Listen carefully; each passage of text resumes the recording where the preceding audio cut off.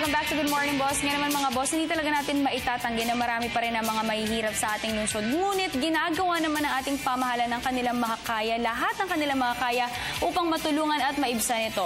Alamin natin yan together with Chairperson Ernani Panganiban, Presidential Commission for the Urban Poor. Good morning, sir. Welcome to Good Morning Boss. Good morning sa mga nanonood ngayon. Good morning sa mga Mindanao, Visayas at National Capital Region. Good morning sa kanila. They're all watching right now.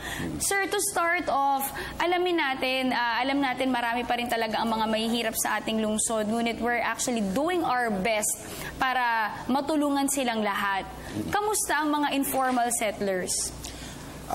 Sa ngayon kasi, magpa 5 years na ang panahon ni Pangulo Aquino.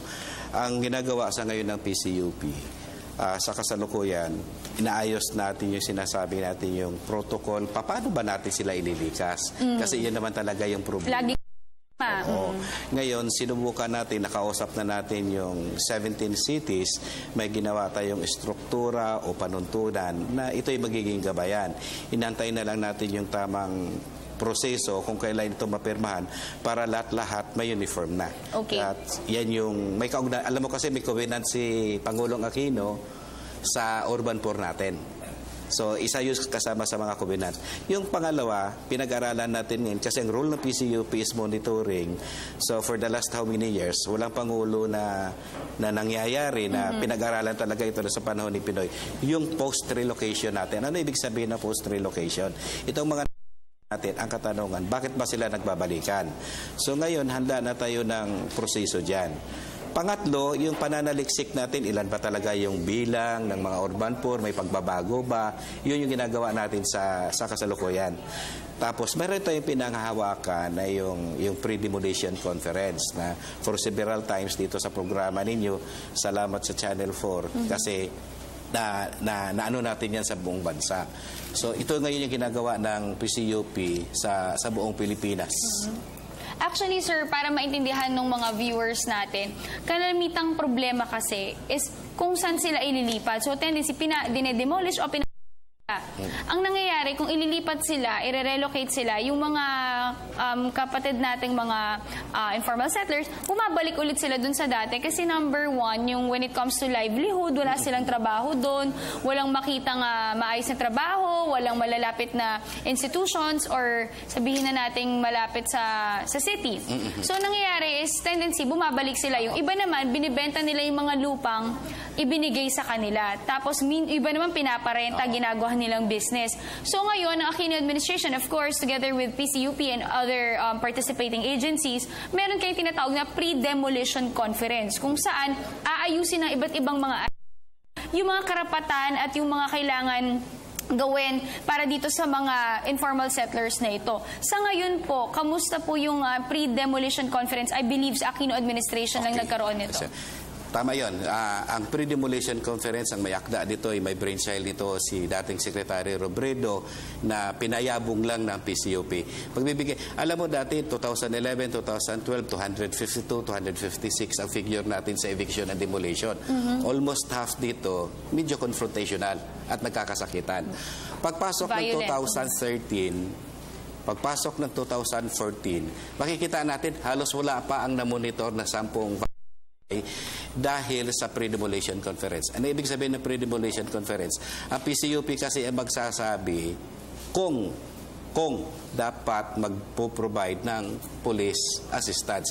Saka dinadala natin sa isang lamisa sa pag-uusap yung apektado at saka yung lawyer.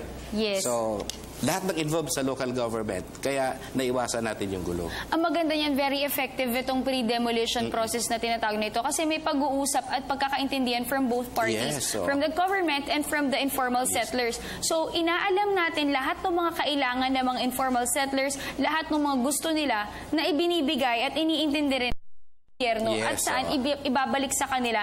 Tulad na lang nung livelihood, 'di ba? Pag nirelocate sila, saan ba magandang i-relocate itong mga ito, 'di ba? Paano ba yung magno-normalize yung buhay nila doon sakaling tanggalin sila doon sa mga nakasanayan na nila? Effective na yung coordination level. Alam niyo kasi dalawa yung apektado diyan. Yung nagpapadala na local government at ang tumatanggap na local government. So kung may pag-uusap, doon napapag-usapan, hindi lang kasi livelihood ang pag-aaral din ng bata, paano kung halimbawa That's pasukan, right. di ba?